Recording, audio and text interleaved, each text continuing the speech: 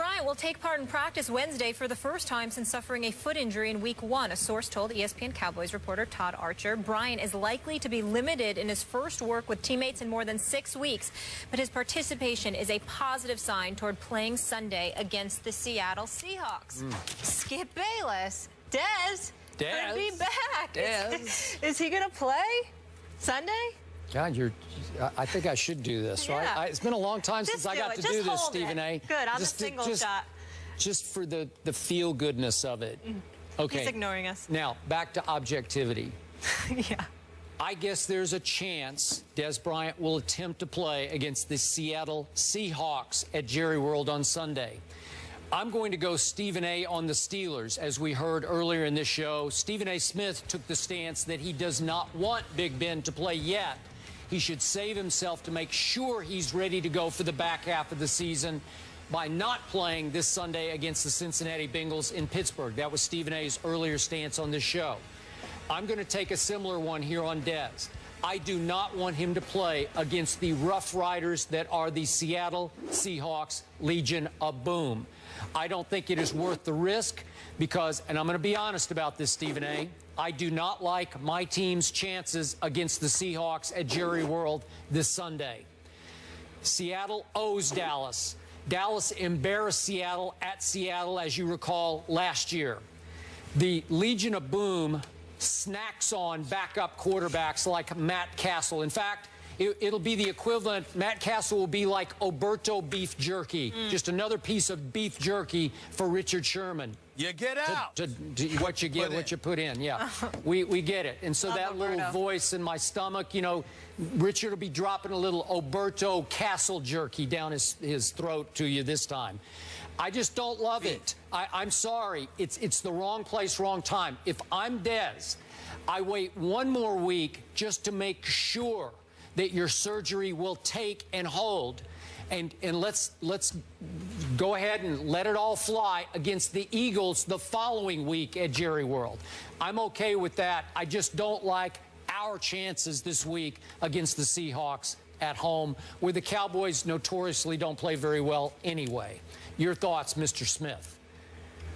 Well, Skip Bayless, first of all, let me say to you that I'm very, very proud of the position that you've taken. I mean, the fact that, you know, you seem to be echoing my sentiments, I mean, it just shows that you're wisdom. I'm learning from the best on a daily basis. At the foot of the master. I'm just touched by that. Yeah.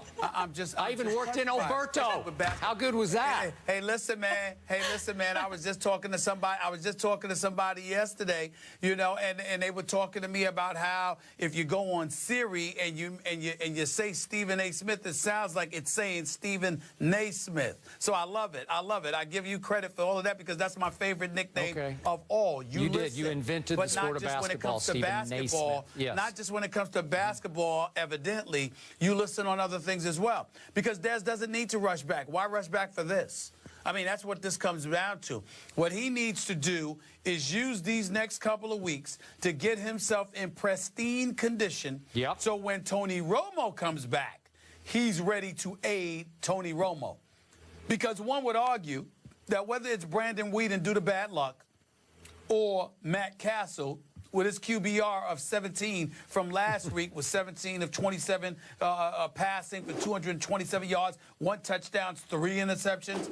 You know, there's but so much that Dez Bryant is going to be able to do if you got quarterbacks that tap dance excessively, when pressure is applied in the pocket, when can't see over the line of scrimmage for whatever reason, or want to throw wants to throw a football that has more air under it, that is almost like floating in a balloon, for crying out loud, which is one of the passes, one of the interceptions that Matt Castle threw. So when you look at it from that perspective, I totally agree with you. I think it's entirely wise for Dez Bryant to wait. I think it's entirely wise for Dez Bryant not to rush back.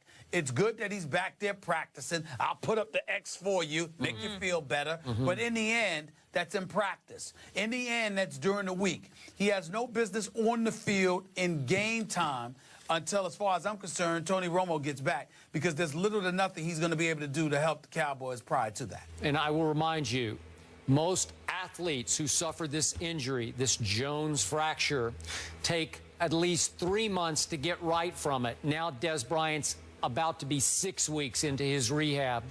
I don't know. I don't love it. I'm sorry. Yeah, don't rush it. At least take 2 full months off, which means an additional 2 to 3 weeks from now. Before, I know it's hard because you're a Cowboy, and obviously they've lost 4 straight, and then you're looking at the possibility of them losing 6 to 7 straight. I know. Make it 8. Make it 9. Who cares? I get it. But I just think that, you know what? He should hold out for at least a couple of more weeks before he even considers getting back on the field. Listen, maybe it's going to uplift the team in practice today. It might. Maybe. And, you know, maybe I wouldn't rule it out, Skip. Who knows? Maybe the Giants will lose at New Orleans. You never know. Could they? Could they? Maybe. It's possible. Maybe. It's possible, Skip. I mean, listen, we can't rule anything out, Nope, Skip. we can't. I mean, there's still We could rule that in, there's maybe. still hope for your Cowboys. Another bold prediction. I'll wait for that one. I'll wait for that Yeah. for later in the week. We already had the Raiders. All right, moving on. Back to hoops. Karl Anthony Towns makes his NBA debut tonight versus the Lakers. Is he a lock for Rookie of the Year? The guys will debate that next. 2 picks in this year's NBA draft face off tonight in Los Angeles when Karl Anthony Towns and D'Angelo Russell make their debuts. But according to odds makers, neither are the favorite to win Rookie of the Year. 76ers center Jahlil Okafor is a 3-1 favorite, while Towns and Russell are 5-1 and 6-1 favorites, respectively. Stephen A., who's going to win Rookie of the Year? I got to tell y'all something. Okay. First of all, let's understand this. Karl Anthony Towns deserves to be the favorite to capture Rookie of the Year honors.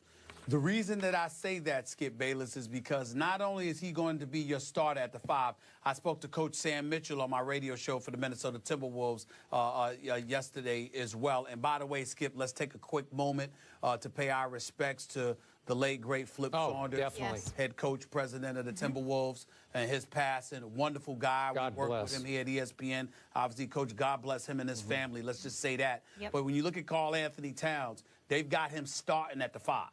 So because he's going to start at the 5 and he's being schooled and tutored by KG, and he could also play that stretch 4, he's going to be in position to put up some decent numbers. And he's got the inside track on that. The reason why I don't consider him a lock, however, for Rookie of the Year, Skip, is because he's playing around a bunch of young guys. I'm not sold on Ricky Rubio, even though he's not that young. He's been around long enough. But Zach LaVine is his backup. Shabazz Muhammad at the 3, who loves to shoot. You're looking at Andrew Wiggins, who's going to be at the 2. Not sure about that. Yep. Here's the guys that I keep my eyes on.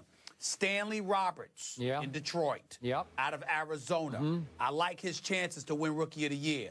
And Emmanuel Mudiay for Denver, who went to China and was supposed to be at SMU with Larry Brown. Those are the 2 that I think could knock Karl Anthony Towns off for Rookie of the Year. I'm not putting D'Angelo Russell because he's young, and I'm not putting Jahlil Okafor because he plays for the Sixers, who I think will suffer again this year.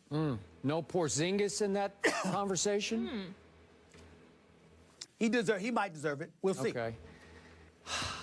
You know how much I love Karl Anthony Towns because I told you before the draft, for months before the draft, that would be my guy. I think he will prove to be a better NBA player than Jahlil Okafor. I could also see Okafor easily winning Rookie of the Year just because he's got an NBA body already. I'm not sure about Karl Anthony's physique yet. I'm not sure about his physicality.